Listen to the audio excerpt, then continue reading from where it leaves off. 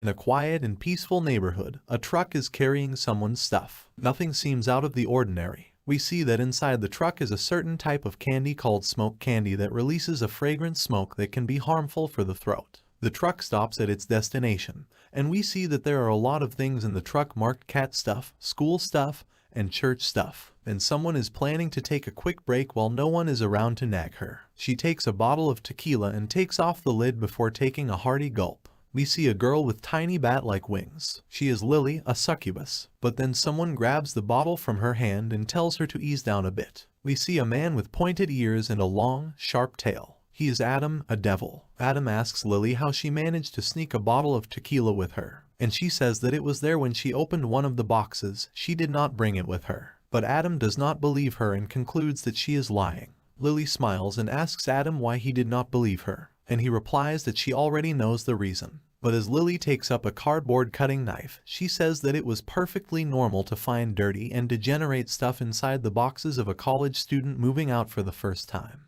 As she says that, she cuts open the tape on one of the boxes, but she is stupefied at what she finds inside the box. There was a cute mouse toy, and Lily is stunned. She looks at the box that had nothing but cat food, catnip, and some toys for the cat, and she is embarrassed that she thought it would be some dirty stuff. But then she decides to ask the owner of the stuff about it. She calls Skelly and asks him if he's getting a cat, and the skeleton replies that he thought he might get lonely, so he was going to get a cat. Since he is moving out, he plans to adopt one. This was the skeleton, and the college student was going to move out. He is holding one of the smoke candies and tells Lily that he is getting a cat from the human world, and he asks her not to tell Adam about it because he will not stop nagging him. But just as Skelly says these words, he sees that Adam is listening to him too. And as Lily hurries towards Adam's side, he already chugs half the bottle of her tequila. The three friends are standing one behind the other now with a stunned look on their faces. Adam asks Skelly what he did, and Lily asks the same question to Adam. And in response to Adam, Skelly asks if his constipation is okay. Adam was mad at Skelly for getting a cat, and Lily was mad at Adam for drinking her liquor. She is in full mood to beat him if it comes to that. But Adam cannot focus on her. He asks Skelly to reconsider his decision. But Skelly says that it is too late to do that. He has already ordered it. With that, Skelly takes another smoke candy and starts chewing it. And as Adam hears that the cat is going to be delivered this evening, he is too stunned to speak, and he suddenly prays to the demon god to forgive the alcoholic and the lazy skeleton. And Skelly thinks that Adam was not always like this. But as they are talking, Lily is taking a stroll around the place. She sees a room and wonders if it is Skelly's apartment. And judging from the drainage, she thinks that it will flood up when it rains. But then she sees a snake slither out of the drainage path, and she drops her snacks and runs back to her friends. Adam is asking Skelly how he got the money to buy this place, and Skelly replies that he used the allowance money he had saved up. Neither of them notice that Lily was dashing towards them excitedly, and Skelly only finds out when she jumps on him and he hears a cracking sound, the sound of his bones breaking. Adam scolds her, telling her that she should let go of Skelly. He had a weak spine, and she was going to crush him. But Lily is excitedly telling them that she always knew why this place was cheap, and now she has confirmed it. Skelly asks what she was talking about, and he is confused after learning about a snake in the apartment. But Lily just laughs it off and says that Skelly had nothing to worry about, he was just bones. And he also thinks that he should be fine with snakes. But Adam has taken a look around and has not found any snakes. But he has found the bag of snacks dropped by Lily. He shows it to her and says that she must be seeing things because she was drunk. She even spilled all her snacks. Adam starts doing what his friends know him best for, nagging. He tells Lily to quit drinking and tells Skelly to stop eating the smoke candy. He says that he heard it was bad for the throat. But Skelly does not mind. Instead, he lets out a puff of smoke towards Adam. He says that it might be so for others, but he does not even have a throat. And Lily just laughs at their arguing. But Skelly says that they should finish unpacking now. And with this, it is time to know more about the world in which our main characters reside. It is called the Devildom. As Skelly eats his smoke candy again, we learn about Devildom. It was a place where demons and other races like them lived, but they were forbidden to travel to other realms without permission. Therefore, there were many things that the residents of this place did not know about the other worlds. But there was a way to get information about the other worlds as well as the objects from them. And along with that, they could legally get permitted animals and plants. And that was how Skelly got his cat, who was sleeping inside its box right now. This was done through the agencies registered with the state. And thanks to that, demons could also have animals from the human world as pets. As Skelly thinks this, he sees a television program about an actress and her pet cat. There were not many differences in the food habits of humans and demons, but despite their familiarity with and knowledge of the human world, no demon knows what a human looks like. Skelly is reading a book about the various animals in the human world. And right now, he is reading about humans. There is no picture of humans, just an inaccurate illustration that is no more than a caricature. It shows humans with well-developed muscles and says that humans are a dangerous species and should be immediately reported to the government. And because humans were extremely dangerous creatures, any information about them was thoroughly censored. And as Skelly is reading the book, he is upset that there are only illustrations in the human section this time too. He brought the latest edition of a book, but even it did not have details about humans. And Skelly sighs as he curses the author for taking advantage of a student's desire to learn. But why was Skelly so curious about humans? Were all demons like him? The answer is revealed when we see Skelly's university identification card. He was majoring in biology at the Devildom University. He eats the smoke candy again, and the smoke from it fills up his small apartment. Skelly says that it was only the size of the bathroom in his previous house, but he was in a rush to leave home and could not bring much money with him. But as he eats the candy, he says that it was just him who had to live here. And just as he says that, Skelly hears the rustling and bumping sound from his cat's box. He clears away the smoke, thinking that the cat is awake now. And as he goes to open the box, Skelly can only think that he is going to get a cat. But as he opens the box's lid, his expectations are betrayed.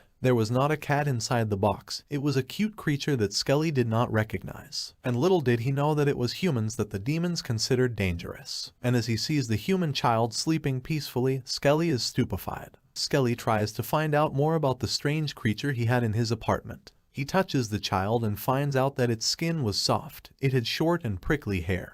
And the thing that stood out the most were its 5 little fingers. And as he pets her gently, Skelly exclaims that it was a bizarre-looking creature. He decides to contact the company he used to get the cat. He calls their number, but the number is no longer in service. Skelly tries to reach them using their website, but the site no longer exists. And he realizes that the company had scammed him. He gets enraged. His bones crack as he loudly says that how dare the company try to scam him. He wants to throw them in prison himself, and a terrible aura leaks from his rage. But it disturbs the sleep of the human baby, and Skelly's attention is drawn away from the company. He goes to the box and finds that the child is awake. She was still sleepy and yawned with her mouth wide open. And as Skelly sits down in front of the box, the child stares at him with a bright smile. Skelly also tries to smile and wave at the child.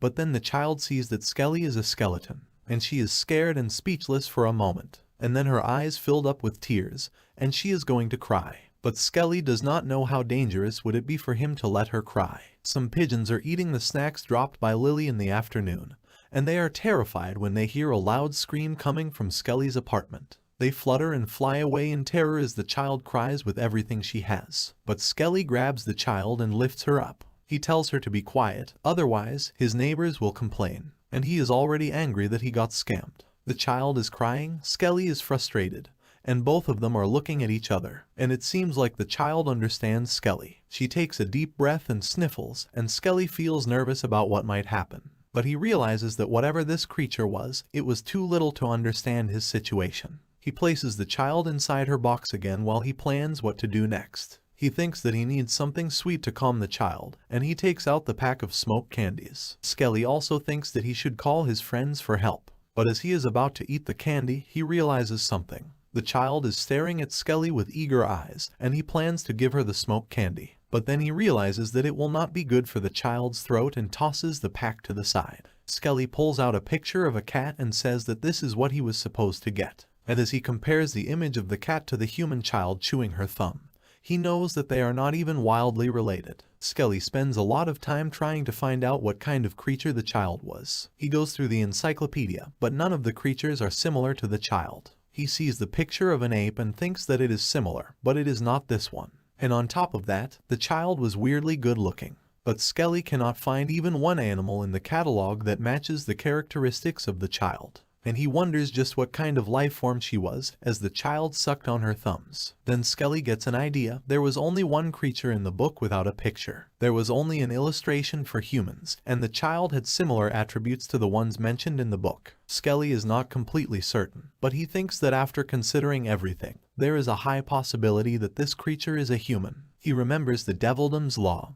Article 3. If one comes across a human in Devildom, they must kill it on sight. And even as Skelly looks at the cute human child, she prepares to kill her. Skelly is about to reach the child, yet she does not seem to be scared of him. And before he can do anything, the loud voice of the TV program stops Skelly. The host was talking about a mutant bird that does not have many feathers. Other birds of the same species were born with many feathers, but Charlie, the mutant bird, was all skin. And the host says that she was feeling bad about the bird just by looking at him. She brings the camera to an expert in mutant animals, Professor Go, and asks her opinion. What problems would birds like Charlie face? And Skelly's attention is also completely grabbed by the TV show, and he has forgotten all about killing humans. The professor says that they should look at what was happening to better know the fate of the mutant bird. It was mating season, and Charlie was showing interest in a female. The host asks the professor if the mutant bird had any chance, and the professor tells her to just watch. Charlie does the mating dance, but the female does not show even an ounce of interest. The professor says that the chances of Charlie getting a partner were 0. Then the professor is shown on the TV screen,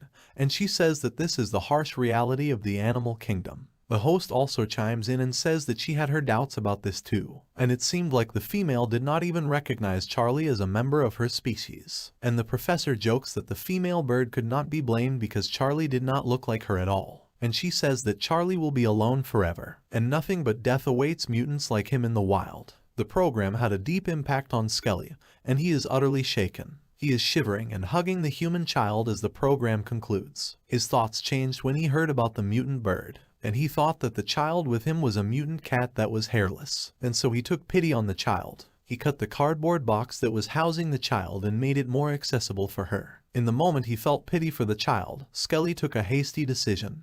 He would rear her. Skelly looks at the child he had placed on top of his desk, and he thinks that according to the book, a cat's average lifespan is about 15 years. But he does not know that the child is a human, and he has highlighted the fact that humans live for 80,100 years in his new book. Skelly picks up the child and says that he can't just throw her away. He will take care of the child for the 15 years she will live. He says that he does not know about animals in the human world, but for a demon, 15 years pass in the blink of an eye. But Skelly soon realizes that he should not have made such a hasty decision. He must have given it some thought. He thinks that the child is quite chubby, and she was going to eat a lot of food too. He is tired and decides to go to sleep. He also tells the child to go to sleep, but the child is whining as she waves her tiny hands at Skelly. Skelly realizes that the child wants him to hold her, but he is not going to do it. Skelly tells the child that pets are not allowed in bed. Did a cat think it was on the same level as demons? The child is still insistent, and Skelly sternly refuses. He says that he is from a family that takes manners very seriously, and that meant his pets should be well behaved too. And as Skelly closes the lights, he tells the child that it will have to sleep in the box. But after just one moment of peaceful darkness, the child cries out loud. Skelly has to switch on the lights in a hurry to get it to stop crying.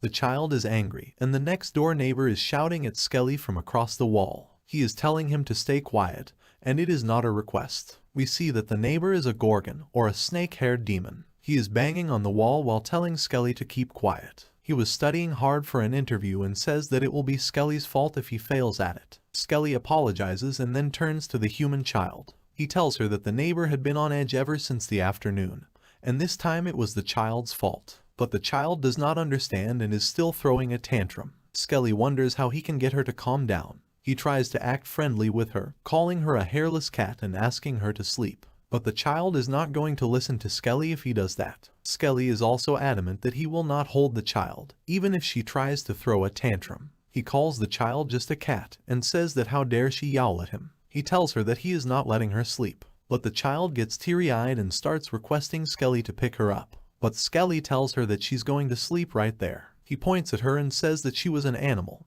and the child is angry. And then he points to himself and says that he was a demon. And that was the end of the conversation. Skelly closes the light switch again, and he says that he will also lie down now. But the child is horrified as she sees the skeleton in the dark and cries out more loudly than before. Skelly rushes to switch the light on as fast as he can, and his neighbor is already banging on the wall, telling him to shut up. And the child is yet again asking Skelly to hold her, and he refuses, saying that if he holds her once, she will accept him holding her forever. And the child is about to cry once again. Skelly curses his luck, thinking that he got scammed right after he moved out. And there was also a weird demon living next door, and he does not have too much money on him because he basically ran away from home. And the one cat that he somehow was able to afford was hairless. After thinking about all that, Skelly hopes that the child will not cry now. But as soon as he switches the light off, she starts crying, and the neighbor also starts shouting at Skelly again. The night somehow passes, and it is morning now. We see that the child was lying in her bed,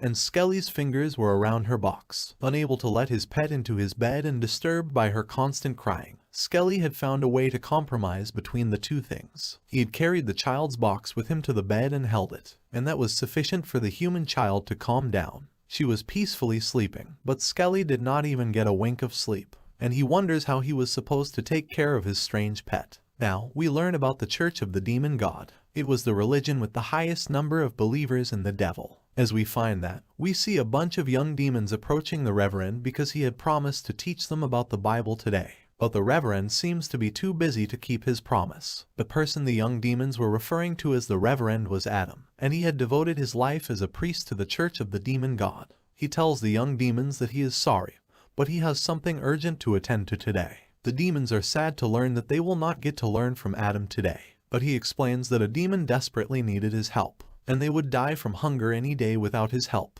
But he promises them that he will leave the next Saturday for them, and he says that they will all take one step closer to the demon god together. As he asks the young demons if that would be all right, they gladly accept it. And it seems that Adam is more popular than he realizes. Everyone who visits the church thinks that he is very handsome, and they want to be closer to him. The story moves back to Skelly's apartment, and we find him opening his table drawers to reveal a box of cat food. He takes the box out and pours its contents into his pet's feeding bowl. Then he places it in front of the child and tells her to eat. But the child just stares at his face. Skelly is confused and tells her again to eat. But there was no way that a human child would eat that. Just then, Skelly gets a call, and he wonders who it would be as he goes to pick it up. It was Adam, and Skelly asked him why he was calling him on a Saturday. He had already told Adam before that he was not joining his church, and Skelly thinks that was the purpose of this phone call too. Adam replies that he was not calling for that reason. He knew that Skelly's fridge was still empty because he moved into his new apartment just yesterday,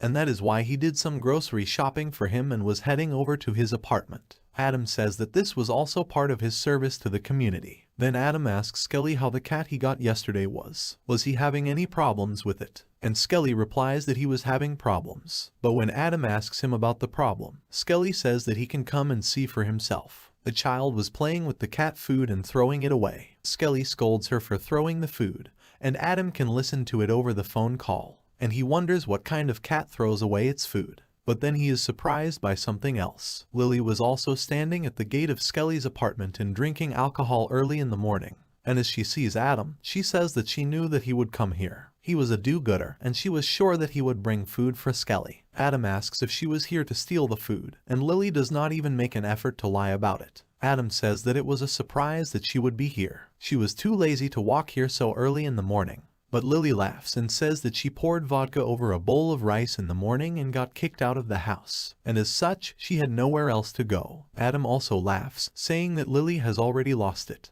and that is why he always told her to quit drinking. But then she holds his throat and shakes him, asking him to stop nagging. They ring Skelly's doorbell, and he is surprised to see Lily too. He asks them when they ran into each other. Lily is riding on Adam's back, and she says that they met each other outside by coincidence. And Adam replies that she doesn't seem to know what coincidence means. And it turns out that Adam made a mistake again by irritating Lily. And as she is hitting him for speaking the truth, Skelly is about to share his problems with them. He says that it will be easier for him to show both of them at once. It was still embarrassing, but he wanted them to know it. And as Lily is done beating Adam, Skelly opens his jacket and reveals the tiny child. He says that this was the cat he got in the mail yesterday, and he presents the child in front of his friends. And as Lily and Adam look at the child, they pay full attention to her. And even then, Lily would not stop hitting Adam just with her muscle memory. but both of them are equally shocked upon seeing the child, or the hairless cat, as Skelly calls her. Moments later, Adam is peeling an apple as he tells Skelly that he startled them back there. He tells Skelly that if his cat was balding, the bills for a sick cat like that would be high, and he is not sure that Skelly can handle them with his savings. Adam asks him about his budget for the first month. Skelly replies that he planned to spend 200,000 won. He was a skeleton and did not eat much anyway.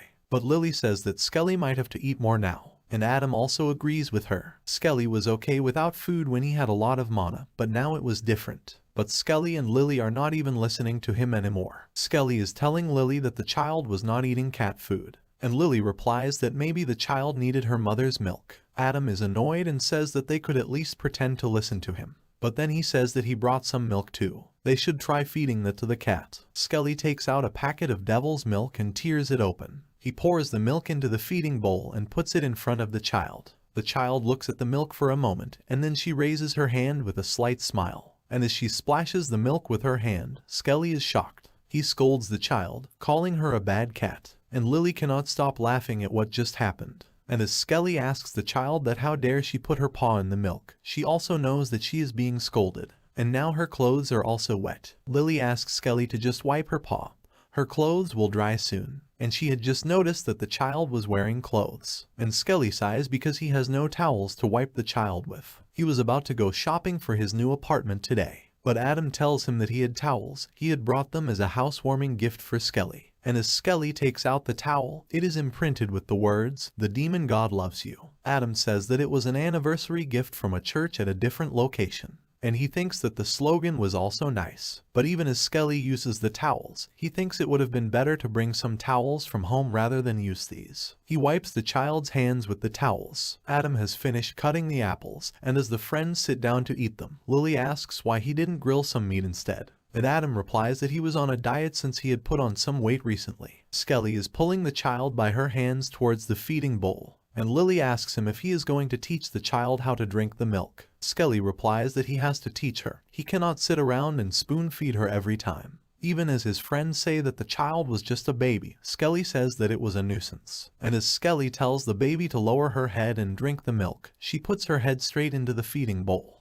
Everyone is shocked as they see it, but Skelly thinks that it's fine now that she can drink on her own. And Lily thinks that he is right, saying that she must have been really hungry. But Adam is the only sane person in the room, and he screams in panic. He asks Skelly why he was just sitting and watching. And then he picks up the child and shows Skelly and Lily that she was not able to breathe at all. Adam scolds Skelly that even though he does not have a nose, he should understand at least this much. Skelly apologizes, and Lily suddenly starts saying that the baby drowned because of him. And as the child starts crying, the Gorgon neighbor shouts at Skelly again. But moments later, Skelly is feeding the child with a spoon, and a lot of milk drips down from her lips, along with drool. Skelly cleans the drool and asks Adam to tell him that he won't have to feed it like this from now on. And Adam tells Skelly that he should not feed the child too quickly, even if he finds the task burdensome. Then Lily changes the topic of the conversation and asks Skelly who the demon next door was who just yelled at him. Skelly replies that it was his next door neighbor who had been annoyed since yesterday afternoon because of all the noise he made while moving in. Adam thinks that the neighbor must be sensitive to sound, and Lily also pities him. But then she starts heading to his room menacingly, as she plans to make him less sensitive to sound. Adam is concerned and wants to stop Lily before she causes trouble, but Skelly is not interested. Instead, he tells her to go easy on the neighbor. Adam rushes after Lily, asking her to stop, but Skelly is holding onto his cloak. He tells Adam to leave the neighbor to Lily, but Adam frees himself from the skeleton's weak grip and gets behind Lily. He asks her what she was planning to do to Skelly's neighbor, and he is shocked to see Lily chugging alcohol like it was water. Lily replies that she was just going to talk to the neighbor, and Adam asks if the conversation would rely on fists. And as she clicks her tongue, Adam catches her in the act and realizes that things are going to turn troublesome. He tells Lily that he will not allow her to use violence on the neighbor, and to ensure that, he was going to stand there and keep watch. But as Lily dematerializes her alcohol bottle, she tells Adam that she was really just going to have a talk with the neighbor, and she warns him that he will regret poking his nose here. Lily repeatedly rings the doorbell and says that she is here to spread the good word and wants to invite the resident of the apartment to join the Church of the Demon God. Adam is stunned as he hears those words coming out of Lily's mouth. He asks her what she was thinking of doing, and how could she do something like this with evil intent. The church banned these types of recruitments. Inside the house, snakes are listening to the people talk at the door. The conversation between Adam and Lily was turning into a quarrel, and Adam asked her to apologize. But the master of the snakes has had enough of their loud noises. He angrily opens the door as Adam and Lily are still quarreling. He looks serious, and his snake hair is also quite agitated. As he stares at them, Lily just looks at him with a broad grin on her face, and Adam nervously awaits the start of the conversation. Skelly wonders what was taking so long, but as he asks if they are okay, the child starts crying. Skelly asks her why she was crying, and as he lifts her up, he thinks that her cries also sounded weird. And then suddenly, the baby throws up, and Skelly is taken aback by it. Outside, the Gorgon neighbor is angry. He asks who rang his doorbell, and Lily is still standing there with an idiotic grin on her face. And the Gorgon says that it looked like Lily was the culprit, and his snakes angrily hiss at her. Adam realizes that the snake Lily saw yesterday must have been this person's stray hair. But he wants Lily to stop being so still and say something. But then he starts to think about something else that is connected to this situation. Lily does not get afraid of anything so easily. Then why did she run away from Skelly's apartment yesterday? And as Adam asks that question to himself, he remembers something he heard from Lily's younger sibling. There was only one thing he knew that could scare his sister. It starts with a story dating back to Lily's childhood. Their parents brought home a jar of 1-year-old snake liquor, but the snake inside the jar was still alive. And as the young Lily excitedly opened the jar to take a gulp, the snake bit her nose. Ever since then, Lily has freaked out whenever she sees a snake. And other than that, her younger brother knew nothing that could scare her. And as Adam connects the dots, he realizes what made Lily so stiff and still right now. He taps her shoulder, and she is just like a mannequin. And the Gorgon neighbor thinks that this is Adam's way of saying that the girl was the culprit. And Adam panics because Lily seems to have turned to stone with that confident, an annoying grin on her face. But then Adam notices Skelly's door opening, and as he turns back, he sees him running away in a hurry. Adam asks him where he is going, but the Gorgon stops Adam and asks him where he is going. Skelly went straight to Potopia, a veterinary clinic in the Devildom, and the doctor thinks that the child, or the mutant cat, was fine. She just drank milk too quickly, and that resulted in her throwing up. The doctor is a cat beast named Dr. Mago. As Skelly hears that the baby was fed too quickly, he does not understand what to make of it. The doctor tells him that there were also some gases that had built up in the baby's body, and when Skelly fed it milk, he should take care to make it burp afterwards. And then Dr. Mago asks Skelly if he wants to conduct more tests too. He wants to conduct extra tests because he wants to know if his pet is really a cat. And the doctor presses a button on her remote while telling Skelly to look at the screen. On the screen was the result of some research done on the internet about mammals, and one of the animals looked quite similar to the baby. The doctor shows Skelly a picture of a cat sitting similarly to how the baby sits. Skelly asks why the cat was sitting in such a weird way, and the doctor replies that it was because it was obese. And then the doctor edits the picture to make it look like Skelly's cat. The cat is photoshopped and has lost all its hair except for those on its head. And Skelly says that the doctor was quite good at editing photos. He asks if it really was a case of hair loss that his pet was suffering from. And the doctor says that yes, it was a genetic disorder, and there was no cure for it at all. The doctor laughs and says that if there was a cure, no one in this world would be bald. But now, Skelly is about to get a whole lesson about how to care for his mutant cat, and the lifestyle he will have to adopt. Skelly asks if the child would need different things from other cats, and the doctor tells him that the baby's skin was probably weaker than that of normal cats, and that was the first thing they should look into. Skelly thinks that it was a bother, but then the doctor asks him to bring the child to the hospital every 2 weeks for an examination, and since it was a special case, he would not be charged for the subsequent visits. But Skelly asks if he still has to pay for today, and the doctor tells him that it was obvious, but he was going to get a discount because his pet was a rare specimen. As Skelly leaves for his apartment after conducting the tests, he has a medical bill in his hand, and the hospital trip cost him 180,000 won. It was almost his entire monthly food budget. Back at his apartment, Adam is trying to call him, but Skelly is not picking up the call, and he wants to at least know where he was. Meanwhile, Lily is peacefully sleeping as she recovers from seeing the snakes earlier. Adam had managed to calm the neighbor by gifting him a towel on behalf of Skelly, and the Gorgon accepted the towel even though he did not believe in the religion. But as Adam is thinking that it is almost time for him to brief someone, Skelly returns. Adam asks him why he didn't pick up his phone, and Skelly replies that he has thought of a name for his cat. Adam is surprised, and then Skelly asks how the name Money Leech sounds. Adam asks him if he was serious, and Skelly replies that it was based on a true story. But then he starts scolding Skelly and asks him where he is. Skelly replies that he went to the veterinary hospital because his cat started throwing up earlier. Skelly says that he had only read about vomiting in books before, and this was his first time seeing it happen. Adam also realizes that Skelly could not have experienced it because he was a skeleton. Skelly tells him that he thought it was a serious illness. That is why he ran out in a hurry. And thanks to that, he spent 90% of his monthly food budget on the hospital bill. Then Adam spots the weird bottle in Skelly's hand and asks what it is. Skelly replies that it was a feeding bottle, and the vet gave it to him for free, and it was to be used to feed the baby. Skelly looks in his fridge for milk and pours it into the bottle, but some drops of milk fall to the floor. Skelly asks Adam if he has any rags to clean the floor, and the latter replies that it was Skelly's house and he should have rags. And as Skelly looks at the church's towels lying on the floor, Adam scolds him and says not to even think about that. And Skelly thinks that his friend was too obsessed with the demon god. But then he opens up one drawer and takes out the cap the child was wearing last night. Skelly says that he will wipe the floor with this. Adam asks what that was and then replies to his own question, saying that it was a hat. He asks Skelly that where did he get it. Skelly replies that the cat was wearing this when she arrived here. Adam finds it hard to believe that the child was already wearing the hat like that when she came here, and he thinks that maybe some other demon was looking after her before. But then suddenly, Skelly says a word, Nabai.